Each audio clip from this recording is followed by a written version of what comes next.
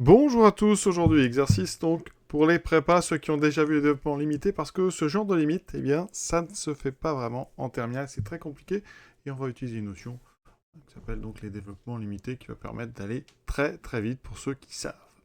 Alors pourquoi c'est difficile en terminale? Parce que, eh bien, cette partie exponentielle x moins 1 sur x, ça c'est très simple, c'est un taux d'accroissement, qui tend vers la dérivée d'exponentielle en 0, donc ça tend vers l'exponentielle 0 qui vaut 1. Donc ça veut dire que le logarithme va tendre vers 0, vous multipliez par 1 sur x, et là, on a un problème, c'est une forme indéterminée, donc on est bloqué, il n'y a pas vraiment de façon terminale pour se sortir de là de façon simple.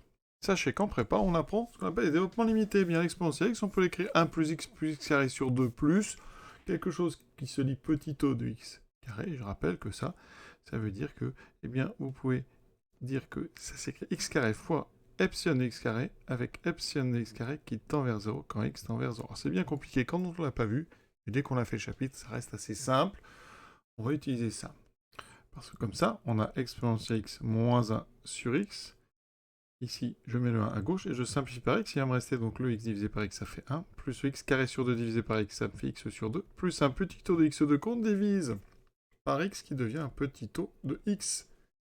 Vous voyez? Donc, maintenant, on va prendre le logarithme. Alors, j'ai besoin aussi d'un développement du logarithme. Parce que ln de x moins 1 sur x, c'est donc ln de 1 plus x sur 2 plus petit o de x, et je vais utiliser un développement limité du logarithme. Je rappelle que ln de 1 plus x, alors je ne vais pas mettre le même x comme ça, vous allez bien comprendre, ici, ln de 1 plus grand x, c'est égal à x plus petit o de grand x. Et bien sûr, il faut que grand x tende vers 0. Et bien notre grand x ici, ça va être x sur 2 plus petit o de x.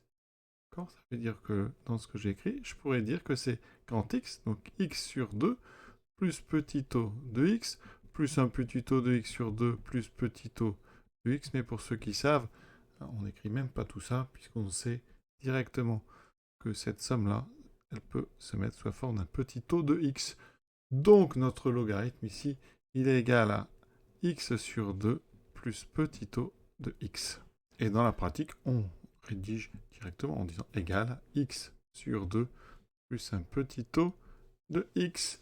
Maintenant, on a une multiplication devant par 1 sur x, ça veut dire que 1 sur x, ln d'exponentielle x moins 1 sur x, eh bien, en divisant par x, c'est égal à 1 sur 2 plus un petit o de 1. Petit o de 1, ça tend vers 0 quand x tend vers 0, donc notre limite, c'est 1 demi. Donc réponse, solution de problème, est donc 1 demi.